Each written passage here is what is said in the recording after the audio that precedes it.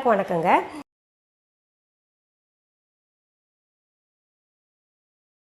என்கிட்ட ரொம்ப நாளாக பார்த்தீங்கன்னா கமெண்ட் பாக்ஸில் வந்துக்கிட்டு நிறைய பேர் நிறைய இது செய்து காட்டுங்க, அது செய்து காட்டுங்க, இதுக்கு ரெமெடி என்ன, அதுக்கு ரெமெடி என்னன்னு கேட்டுக்கிட்டு இருக்கீங்க. நான் 1 by 1 செய்கிறேங்க. நான் பார்த்தீங்கன்னா டெய்லி உங்களுக்கு வீடியோஸ் அப்லோட் பண்ணுறேன் இல்லையா, எல்லாத்தையும் ஒரேடியாக பண்ண முடியாது, எனக்கும் நேரம் இல்லைல்ல, கச்சேரி பார்க்கணும். சரி, இன்றைக்கி என்ன செய்ய போகிறேன்னா ஆலூ பராத்தா, ஸ்டஃப்டு ஆலூ பராத்தா செஞ்சு காமிக்க போகிறேன். அது கூட அடிஷ்னலாக உங்களுக்கு பார்த்திங்கன்னா சாதத்தை வச்சும் ஸ்டஃப் பண்ணி எப்படி செய்யறதுன்றது காமிக்க போகிறேங்க. அதுக்கு தேவையான பொருட்கள், அதாவது சாதத்தை வச்சும் கூட மீந்து போன சோறெல்லாம் வீட்டில் இருக்குதுன்னு வைங்களேன், அதையும் சப்பாத்தியில் ஸ்டஃப் பண்ணி செய்கிறது எப்படின்னு சொல்லிட்டு உங்களுக்கு செய்து காமிக்க போகிறேன்.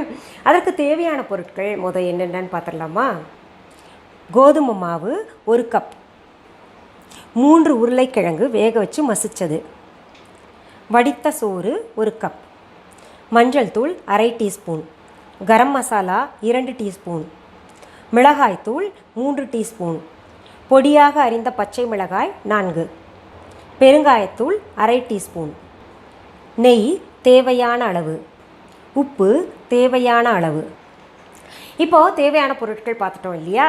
இப்போது சப்பாத்திக்கு மாவு பிசைகிறது எப்படின்னா நிறைய பேருக்கு குழப்பம் இருந்தது. நான் ஃபுல்கா ரொட்டியில் செய்து காமிச்சிருக்கேன் எப்படி மாவு பிசையணும்னு சொல்லிட்டு. இப்போது ஓரலாக சொல்லிடுறேன். உங்களுக்கு ப்ராக்டிக்கலாக அங்கே போய் பார்க்கணுன்னா ஃபுல்கா ரொட்டி அப்படின்னு சொல்லிட்டு நான் ஒன்று செஞ்சுருப்பேங்க வீடியோ, அதில் நீங்கள் பார்த்துக்கலாம். அதாவது கோதுமை மாவு எடுத்துக்கோங்க, அதில் உப்பு போட்டுக்கோங்க, தேவையான அளவு தண்ணி ஊற்றிட்டு நல்லா பிசைஞ்சு வச்சுக்கோங்க. பிசைஞ்சு ஒரு 10 நிமிஷம் ஊற வச்சுக்கிட்டு அப்புறம் நம்ம சப்பாத்தியோ ரொட்டியோ சுட வேண்டியது தாங்க. இங்கே பாருங்கள், இப்போது நான் பிசைஞ்சு வச்சது உங்களுக்கு காமிக்கிறேன். ரொம்ப சாஃப்டாக, அதாவது நம்ம கை விரல் பதியணும் இப்படி, இந்த அளவுக்கு. ரொம்ப குழகுழன்னு போனாலும் சப்பாத்தி நல்லா வராது, ரொம்ப கெட்டியாக இருந்தாலும் நல்லா வராது. பூரிக்கு தான் மாவு பார்த்திங்கன்னா கெட்டியாக பிசையணும். நம்ம 10 நிமிஷம் ஊற வச்சோம் இல்லையா, அதை எடுத்துகிட்டு இப்படி நம்ம மறுபடியும் ப்ரெஸ் பண்ணி அதில் இருக்கிற பபிள்ஸ் எல்லாம் எடுத்துடணுங்க. அடுத்தது இது உருண்டைங்களாக்கலாம். அதாவது நார்மல் சப்பாத்தியை விட இது கொஞ்சம் பெருசாக நம்ம உருண்டை பிடிக்கணும். அதாவது நமக்கு பார்த்திங்கன்னா அந்த ஸ்ப்ளிட்டெல்லாம் இருக்கக்கூடாதுல்ல, அதுக்கு எப்படி பண்ணும் உருண்டைன்னு பாருங்கள்.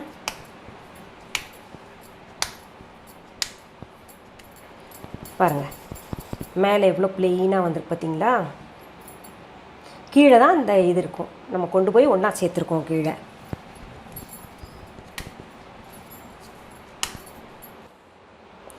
அடுத்தது பார்த்திங்கன்னா நம்ம அந்த சப்பாத்தி உருண்டைகள் பிடிச்சிட்டோம் இல்லையா, அடுத்தது பார்த்திங்கன்னா இந்த சோறு இருக்குது இல்லையா, நமக்கு மீந்து போச்சுன்னா சாதம், அதை நீங்கள் ஒன்றும் தூக்கி எறிய வேண்டாம், இல்லை என்ன பண்ணுறது இத்தினூண்டு மீந்து போச்சே அப்படின்னு சொல்லிட்டு நினைக்க வேண்டாம்.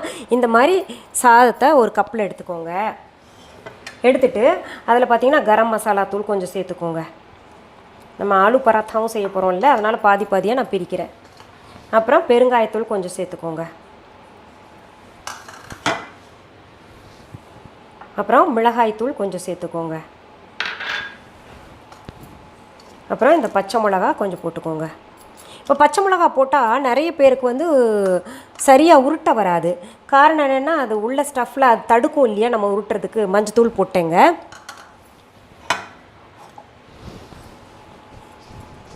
அடுத்தது கொஞ்சம் உப்பையும் சேர்க்கணுங்க. நம்ம மாவில் கொஞ்சம் உப்பு இருக்குது, இருந்தால் கூட இந்த ஸ்டஃபிங்லேயும் சேர்த்தா தான் நல்லாயிருக்கும். இப்படி கிளறி வச்சுக்கோங்க.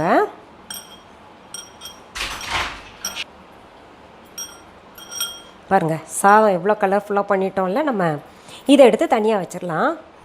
அடுத்தது இந்த உருளைக்கிழங்கு மசிச்சு வச்சுருக்கோம்ல, அதில் இந்த மீதம் இருக்கிற கரம் மசாலா, மிளகாத்தூளெல்லாம் நீங்கள் பார்த்துக்கோங்க, ஏன்னா நான் கொஞ்சம் ஸ்பைஸியாக பண்ணுறேன். மஞ்சத்தூள், பச்சை மிளகா, பெருங்காயத்தூள்,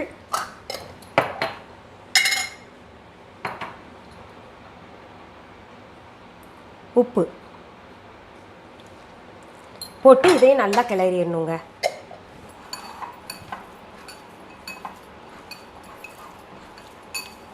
இது உருளைக்கிழங்கு மசியில் இது பண்ணியிருக்கோம் இந்த ஸ்டஃபிங். இது நம்ம அரிசி சாதத்தில் மீந்து போன சாதம் இருக்கு இல்லையா, அதில் செய்கிறது. 2 ஸ்டஃபிங் வச்சுருக்கேன். இப்போது இந்த 2 ஸ்டஃபிங் அப்புறம் இந்த சப்பாத்தி மாவு உருண்டைகள் எல்லாம் ஒன்றா வச்சுக்கலாம். அது தொட்டு உருட்டுறதுக்கு கொஞ்சம் காஞ்ச மாவு எடுத்து வச்சுக்கலாங்க.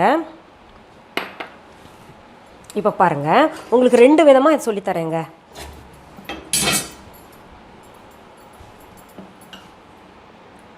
உருட்ட முடியாது, நீ கண்ணுக்கு முன்னாடி வச்சினா. கொஞ்சம் தூரத்துலேருந்து எடுத்துக்கோ.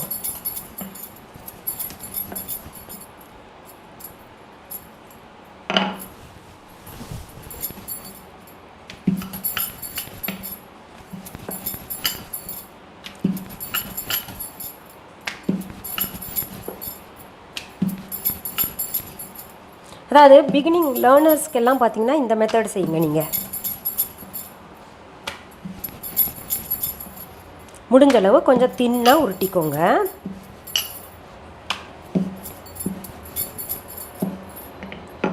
இது ஒன்று உருட்டி வச்சுக்கோங்க. அப்புறம் இன்னொன்று உருட்டிக்கோங்க.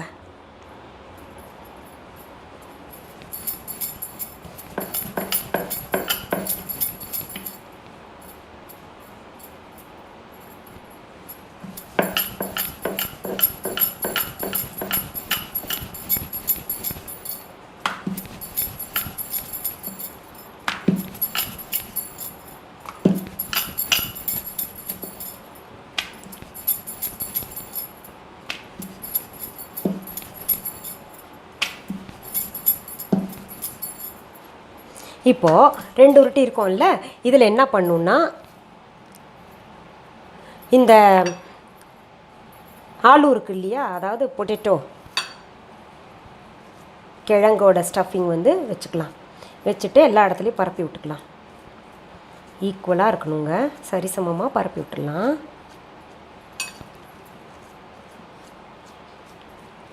அதுக்கு நடுவில் நம்ம அடுப்பையும் பற்ற வச்சுக்கலாங்க.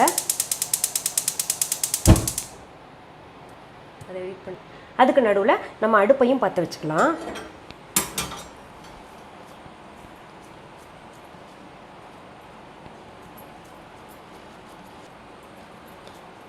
எவ்வளோ வேணுமோ அதுக்கேற்ற மாதிரி நீங்கள் ஸ்டஃபிங் வச்சுக்கோங்க.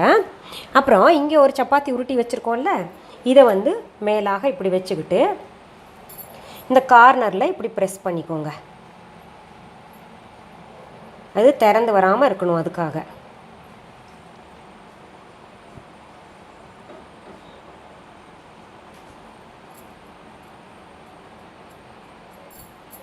இப்போ நம்ம இப்படி ஃபில் பண்ணி வச்சுக்கணும். இதை என்ன பண்ணணும், இப்போ தவா சூடாயிருச்சுல்ல, அதில் போட்டு சிம்மில் வச்சிடணுங்க. ஏன்னா உள்ளே இருக்கிற ஆலு ஸ்டஃபிங்கெல்லாம் நல்லா இதாகணும், வேகணும்னா சிம்மில் வைக்கணும். பொதுவாகவே நான் சொல்லுவேன், சப்பாத்தி வந்து சிம்மில் வச்சு சுடாதீங்க, சாஃப்டாக இருக்கணும்னா அப்படின்னு சொல்லுவேன். பட் இது மட்டும் சிம்மில் வச்சுக்கோங்க. அடுப்பில் போட்டதை பார்க்கலாங்க. இது திருப்பி போட்டுக்கலாம். அது கொஞ்சம் வெந்துக்கிட்டு இருக்கட்டும் சப்பாத்தி. இப்போது இங்கே பாருங்கள், இதில் வந்து அடுத்தது நான் ரைஸ் ஸ்டஃபிங் வைக்கிறேன். ரொம்ப சுவையாக இருக்கும். நீங்கள் இது வரைக்கும் பார்த்தீங்கன்னா ஆலு ஸ்டஃபிங் தான் சாப்பிட்ருக்கீங்க, உருளைக்கிழங்குது. இப்போது இது வந்து நீங்கள் சாதத்தில் செஞ்சு பாருங்கள், அவ்வளோ சுவையாக இருக்குங்க. நமக்கு இனிமேல் கவலை இல்லை போங்க, சாதம் மீந்ததுன்னா என்ன பண்ணுறது அப்படின்னு சொல்லிட்டு யோசிக்க வேண்டாம். அதே மாதிரி தான் நம்ம வந்து இதை நல்லா ப்ரெஸ் பண்ணி க்ளோஸ் பண்ணிக்கணும். இப்போ பாருங்கள், நம்ம இது வந்து நெய் அல்லது எண்ணெய் உங்கள் விருப்பம், அது தடவிட்டு இது சாப்பிட்லாம். எப்போவுமே இந்த நெய்யோ எண்ணெயோ தடவும் போதுங்க கார்னரில் கட்டாயம் நம்ம போடணும்.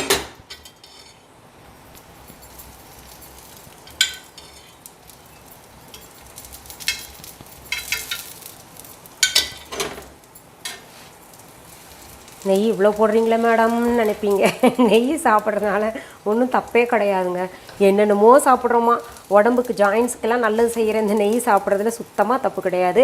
அதுவும் நான் பயன்படுத்துறது பார்த்திங்கன்னா பசு நெய், சுத்தமான பசு நெய் தான்.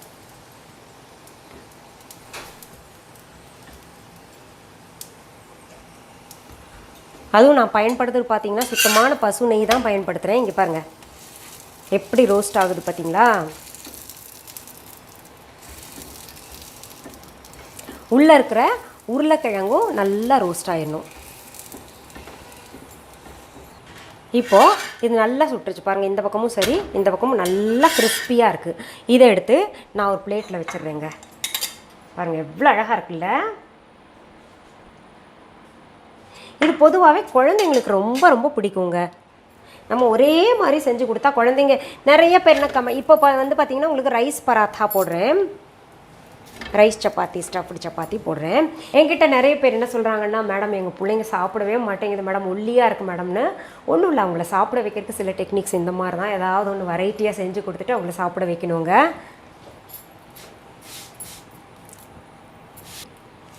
சிம்மில் வச்சு விட்டுறலாம். இப்போ நான் இன்னொரு மெத்தட் செஞ்சு காமிக்கிறேன்னு சொன்னேன்ல, இது வந்து பிகினர் செய்யலாம். இப்போ சப்பாத்தி போட்டு போட்டு நல்லா எக்ஸ்பீரியன்ஸ் இருக்கிறவங்களுக்கு நான் இப்போ இது செஞ்சு காமிக்கிறேன்ல, இந்த மெத்தடில் செய்யுங்க. இல்லை உங்களுக்கும் இதுதான் அந்த மாதிரி தான் செய்யணும் அப்படின்னு நினச்சிங்கன்னா அதே மாதிரி செஞ்சுக்கலாம். எங்கள் வீட்டில் எங்கள் பாட்டியெல்லாம் இந்த மாதிரி தான் செய்வாங்க. நான் இப்போ செகண்ட் மெத்தட் பண்ணுறேன்ல அந்த மாதிரி. இப்போ பாருங்கள், இதில் ஆலு ஸ்டஃபிங் வச்சிடணுங்க. உருளைக்கிழங்குது வச்சிடணும். நல்லா க்ளோஸ் பண்ணணும். நீ பாருங்கள், இப்போ நம்ம துணி வந்து கொசுவத்துக்கு மடிப்பு எடுக்கிறோம்ல, அந்த மாதிரி எடுத்து நல்லா க்ளோஸ் பண்ணி இப்படிங்க ஒரு முடிச்சு மாதிரி போட்டுக்கணும். நீ பாருங்கள், முடிச்சு மாதிரி போட்டு நல்லா மாவு தொட்டுக்கணும். ஆனால் என்ன கேட்டால் உங்களுக்கு மொதல் மெத்தட் நான் செஞ்சு காமிச்சேன்ல, அதுதான் ரொம்ப ஈஸியாக இருக்கும். இது அப்படியே கொஞ்சம் ஓப்பன் ஆகும். எதுக்கு ஓப்பனில் எங்கள் பாட்டி செய்வாங்கன்னா, உள்ளே இருக்கிற வந்து அந்த உருளைக்கிழங்கெல்லாம் நல்லா அதுவும் ரோஸ்ட் ஆகட்டும்ன்ற மாதிரி சொல்லுவாங்க அவங்க கேட்டால். இங்கே பாருங்கள், இப்போது இது பாருங்கள், அடுப்பில் இங்கே நல்லாவே சுட்டுருச்சு. இந்த அரிசி சப்பாத்தி போட்டோம் இல்லையா, சாதம் சப்பாத்தி, அது நல்லா சுட்டுருச்சு. இதில் நெய் தடவலாம்.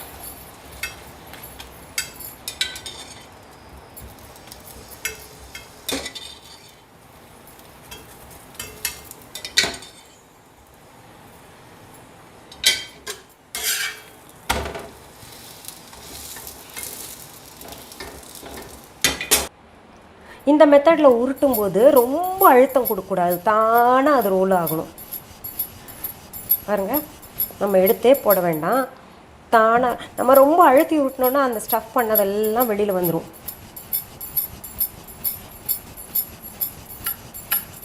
நான் இந்த மெத்தட் செஞ்சே காமிச்சிருக்க மாட்டேன், ஏன்னா நிறைய பேர் இந்த மாதிரி செய்கிறாங்க, அப்புறம் அந்த மெத்தடில் ஏன் செய்யலைன்னு கேட்பீங்கன்னு நான் இந்த ரெண்டாவதும் செஞ்சு காமிக்கிறேங்க.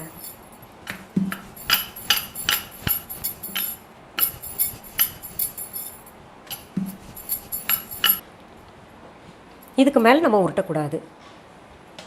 இப்போ பாருங்கள், இந்த சப்பாத்தி வந்து பிள்ளைங்களுக்கு எப்படி கொடுக்கலான்னா, அவங்க போய் ஸ்கூலில் கஷ்டப்படக்கூடாதுல்ல, அதனால் ஒரு கத்தி எடுத்து நல்லா கட் பண்ணிடலாங்க. நாளாக சூடாக இருக்குது ரொம்ப.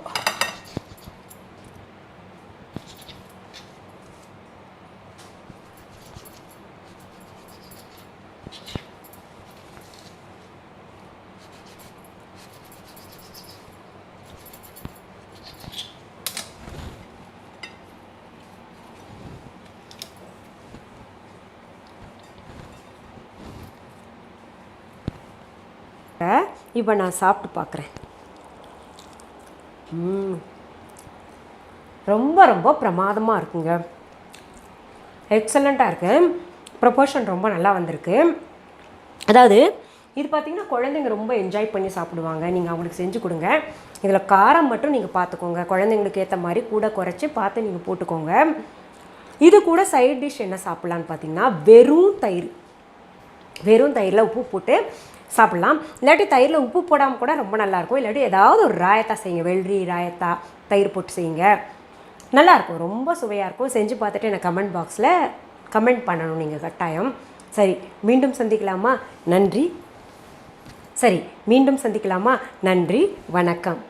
அன்பான வாடிக்கையாளர்களே, உங்கள் விஹா ஸ்டோரில் பூஜை பொருட்கள், சிலைகள், ராசிக்கற்கள், வாஸ்து பொருட்கள், விதைகள், பாரம்பரிய அரிசி வகைகள், சிறுதானியங்கள், ஆர்கானிக் பொருட்கள், மூலிகை எண்ணெய், மளிகை பொருட்கள், மரச்செக்கு எண்ணெய், மரப்பொருட்கள், வெள்ளி ஆபரணங்கள், கிஃப்ட் ஆர்டிகல்ஸ், காட்டன் மற்றும் பட்டு புடவைகள், காட்டன் சுடிதார்கள், பட்டு பாவாடை, குழந்தைகளுக்கான விளையாட்டு பொருட்கள், ஹை குவாலிட்டி இமிடேஷன் நகைகள், வீட்டு உபயோக பொருட்கள், ஜூட் பேக்ஸ், ஹேண்ட்மேட் சோப்ஸ், அழகு சாதன பொருட்கள், சிறுதானிய பிஸ்கெட்டுகள், ஹோம் அப்ளையன்சஸ், இன்னும் பற்பல பொருட்கள் விற்பனைக்குள்ளது.